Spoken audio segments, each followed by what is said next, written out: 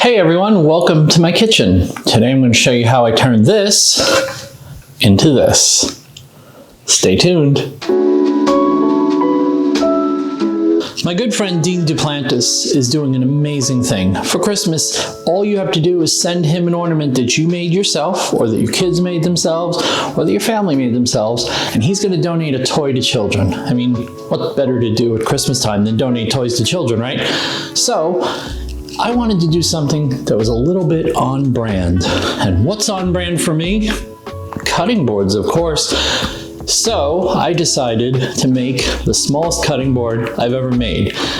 First step, let's get over to the computer and figure out what we're going to make this out of. We're going to start with some Glowforge premium proof grade materials. We got some medium walnut and some medium cherry. We're going to jump into Adobe Illustrator and we're going to make a rectangle the size of the piece that we want to cut. And then we're going to use the repeat tool to copy this rectangle multiple times. I'm going to change the stroke here to black so it's a little easier to see for you. And then we're going to go to Object and Repeat, which it takes me a second to get there. It's okay, we get there eventually. And there we go. Now with the handles, you can actually adjust all the repeating patterns. You can make it repeat high or lower. You can repeat left and right. We're just going to make it repeat left and right. So we're going to drag this handle to the right, and you're going to get all the repeating rectangles you could ever wish for.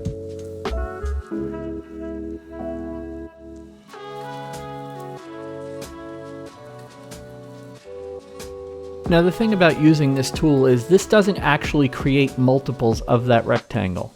So we're going to have to do a couple of things after we do this. So we're going to go to Object and Expand, and we're going to go to Object and Fill, and then we're going to go again to Object, Clipping Mask, and Release.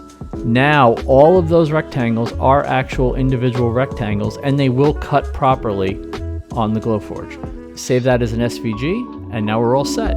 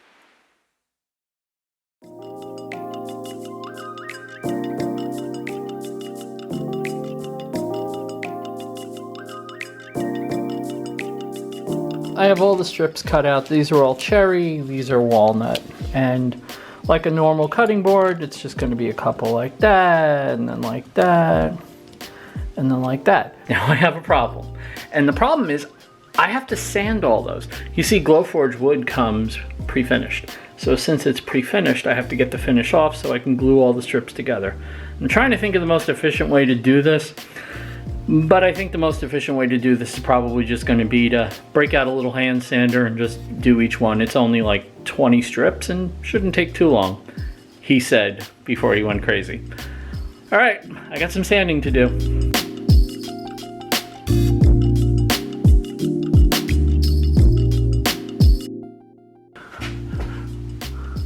This is going to take a while. I'm an idiot.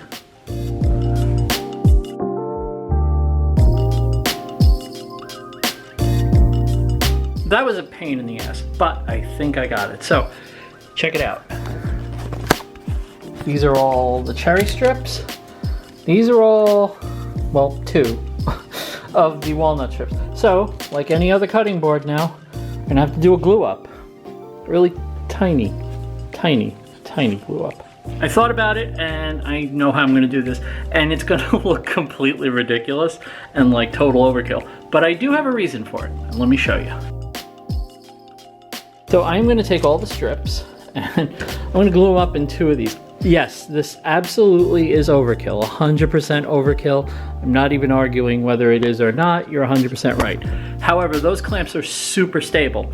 So I know that when I put this in, it isn't gonna move around a lot. So the next step is to glue up all the faces that I sanded and put it in the clamps, and we'll lock it in until tomorrow.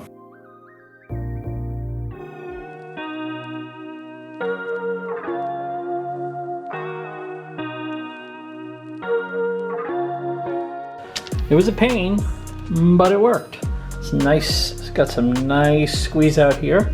I'm gonna have to trim this a little bit, which ought to be fun. I'm probably gonna take it over to the bandsaw to do that, because taking it over to the table saw or trying to do it on this might be a little bit stupid, but that's it.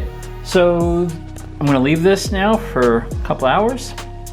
We'll come back and we'll take the next step with it.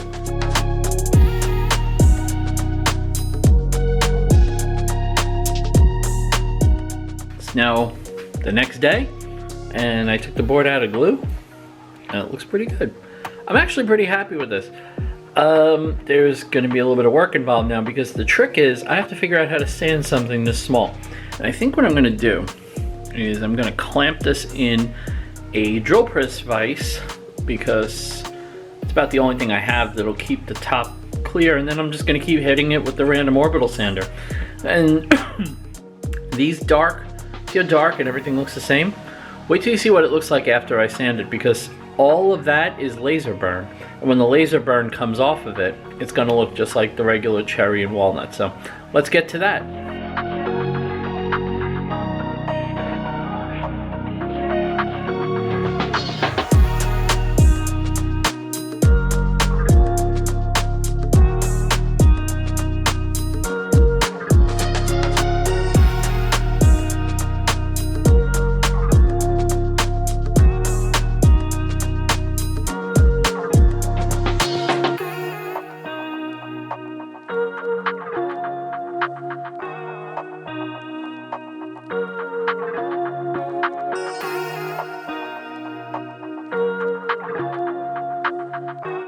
Okay, and now that the laser has done its magic, you can actually see the difference between the cherry and the walnut.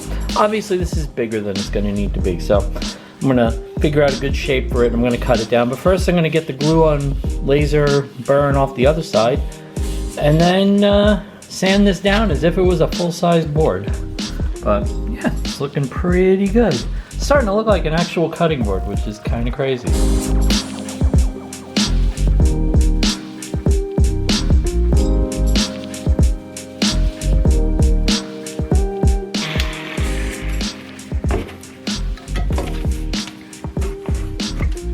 We have a cutting board, kinda. I mean, it's a cutting board. You can see.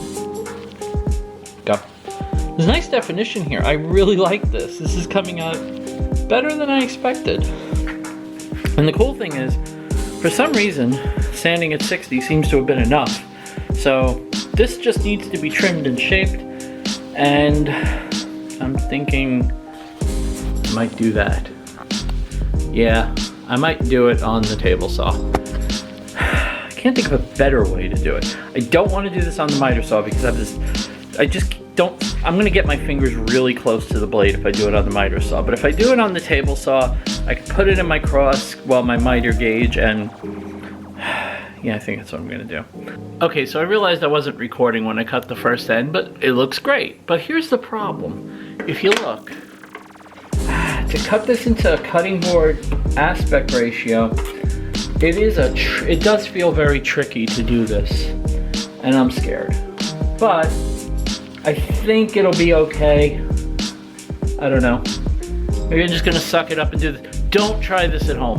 I am a professional idiot.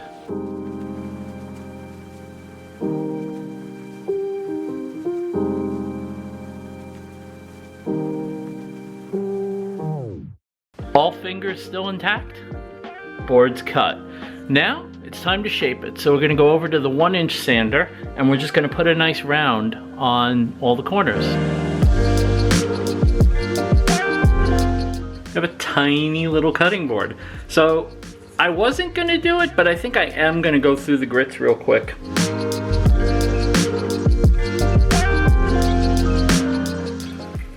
That looks ridiculous. This whole thing is a little bit on the ridiculous side, but I'm just gonna take a little bit more on this edge a little bit. I don't like the finish on it.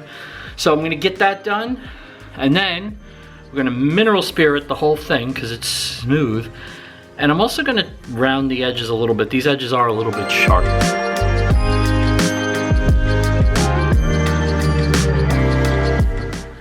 Okay, much better.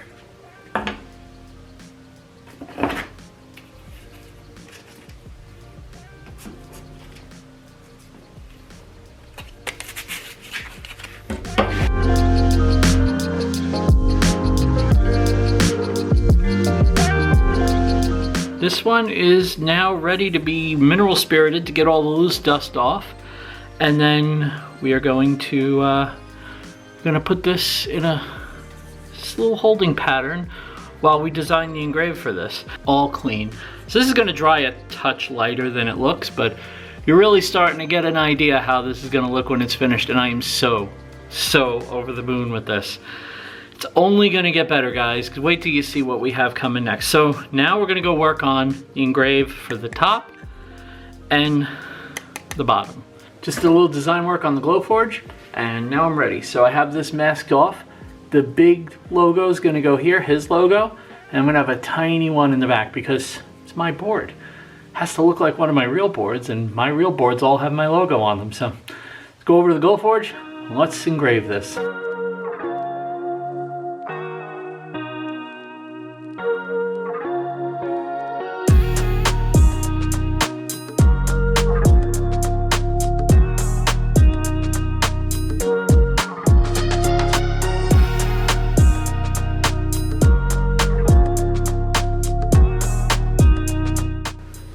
All right, so we have an engrave. We actually have an engrave. His logo, my logo. Yeah, that's easier to see. Sorry, lighting down here isn't meant for filming, but you can see it looks really good. It's a little off center. We call it rustic. So if you follow my Instagram channel, this is engraved, it's sanded, it's shaped. You know what's next, don't you? Into the bath we go.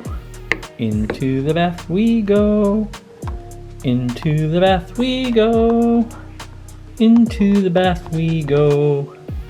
Okay, normally I would leave that in the bath for about 6-ish hours, but we're not gonna do that today. 6 hours is a little bit ridiculous. I'm probably gonna leave it in there about a half hour. That should be more than enough time.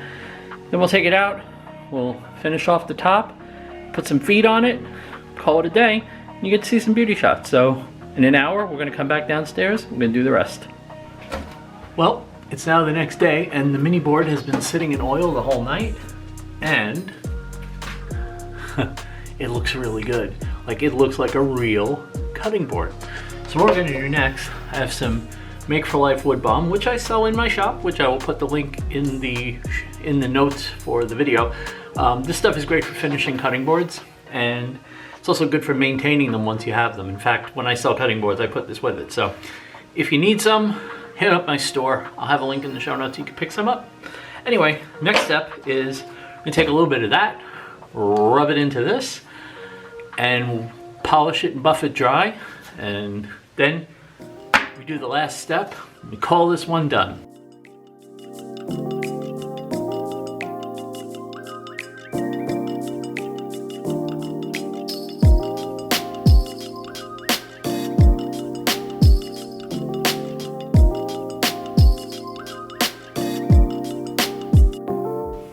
Okay, we're now right at the end. We're that close, we're that close.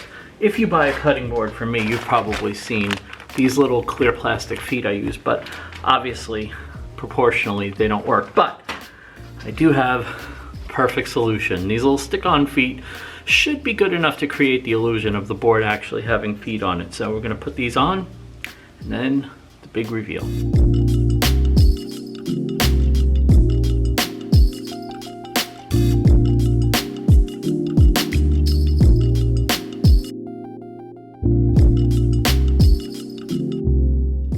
And that's going to do it for the video. I hope you enjoyed it. I hope you learned something. And just so you know, even though this is a really tiny, tiny little cutting board, which is of course upside down, but even though this is a really tiny cutting board, the process doesn't change based on the size. In fact, one of the things I wanted to do with this little board was to try to follow my process for making normal cutting boards as exactly as possible to see if I could do one really tiny. And turns out I didn't have to change a whole lot to make this one work. So if you ever wanted to make a cutting board, you could probably follow the instructions in this video or the process, most of it, and get a pretty good cutting board out of it.